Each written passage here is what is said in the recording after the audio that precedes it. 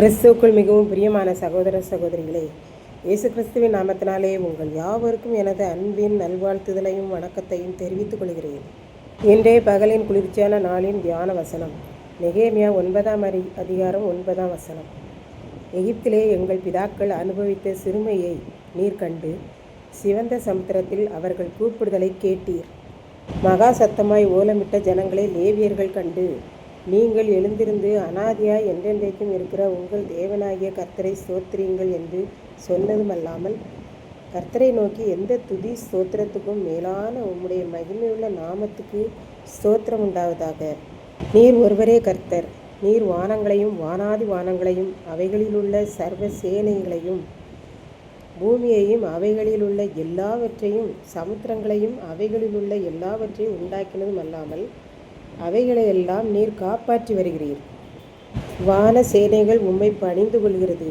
ஆபிராமை தெரிந்து கொண்டு அவனை ஊர் என்னும் கல்தேயரின் பட்டணத்திலிருந்து நான் உன்னை காண்பிக்கும் தேசத்துக்கு போ என்று சொல்லி அவனை புறப்பட பண்ணி அவனுக்கு ஆபிரகாம் என்று பெயரிட்ட தேவனாகிய கர்த்தர் நீர்.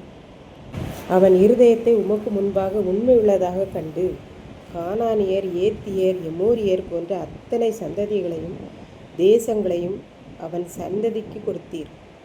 அவனோடு உடன்படிக்கை பண்ணி உம்முடைய வார்த்தைகளை நிறைவேற்றினீர். எகிப்திலே எங்கள் பிதாக்கள் அனுபவித்த சிறுமையை நீர் கண்டு சிவந்த சமுத்திர வழியாய் அவர்களை நடத்தி கொண்டு போகையில் அவர்கள் பின்னால் வருகிற எகிப்தியரை பார்த்ததும் உம்மை நோக்கி கூப்பிட்டார்கள். உடனே அவர்கள் கூப்பிடுதலை நீர் கேட்டீர். கர்த்தாவே, நீர் நீதி உள்ளவர் என்றார்கள்.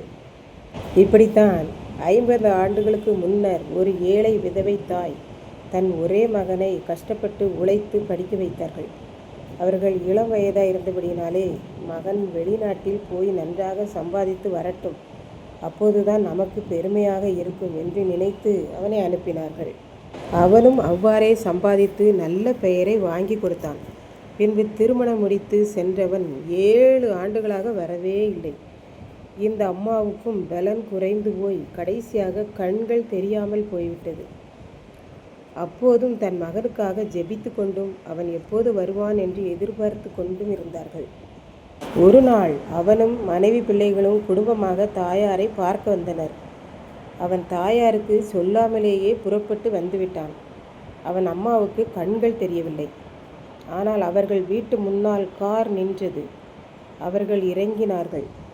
அந்த தெருவில் உள்ள மக்கள் எல்லாரும் ஓடி வந்து, தம்பி, நன்றாக இருக்கிறாயா என்று கேட்டதற்கு அவன், நான் நன்றாக இருக்கிறேன், நீங்கள் எப்படி இருக்கிறீர்கள் என்று கேட்டான். அந்த சத்தத்தை தாயார் கேட்டார்கள். உடனே, என் மகனுடைய சத்தம் என்ன, என் மகன் வந்துவிட்டானா, என் மகனே, என் மகனாகிய ஈசாக்கு வந்துவிட்டான் என்று சந்தோஷமாக இருந்தார்கள். தாங்க முடியவில்லை சந்தோஷம் அவர்களுக்கு. இதை கேட்டுக்கொண்டிருக்கும் எனக்கன்பானவர்களே, இன்றைக்கு நாமும் நம்முடைய பிள்ளைகளின் சத்தத்தை எங்கே இருந்து கேட்டாலும் கண்டுபிடித்து அவர்கள் தேவையை நிறைவு செய்து விடுவோம். ஆண்டவரும் அன்றைக்கு இஸ்ரவேல் மக்கள் எகிப்தியருக்கு பயந்து செங்கடல் வழியாக ஆண்டவர் நடத்தி கொண்டு வரும்போது தொடர்ந்து வருகிற எகிப்தியரை பார்த்து பயந்து, ஆண்டவரே என்று அவரை நோக்கி கூப்பிட்டார்கள். உடனே ஆண்டவர் கேட்டு நடுக்கடலுக்குள் வருகிற போது தண்ணீரினால் எகிப்தியர்களை மூடி போட்டு இஸ்ரவேலரை காப்பாற்றினார். அந்த தேவன் நம்மோடு இருக்கிறார். கர்த்தர் தாமே இந்த வார்த்தைகளை ஆசீர்வதிப்பாராக. ஆமென். ஜெபம். அன்பின் ஆண்டவரே, இந்த அருமையான நல்ல நாளுக்காக நன்றியோடு ஸ்தோத்திரிக்கிறேன். இப்பொழுதும் இந்த வார்த்தைகளை கேட்டுக்கொண்டு இருக்கிற ஒவ்வொரு பிள்ளைகளும் உம்மை கூப்பிட்டு தங்களுடைய எல்லா தேவைகளையும் பெற்றுக்கொள்ள அருள் புரியும். மீட்பர் இயேசு கிறிஸ்துவின் நாமத்திலே தாழ்மையோடு வேண்டிக் கொள்கிறேன். பரிசுத்தமுள்ள பிதாவே, ஆமென்.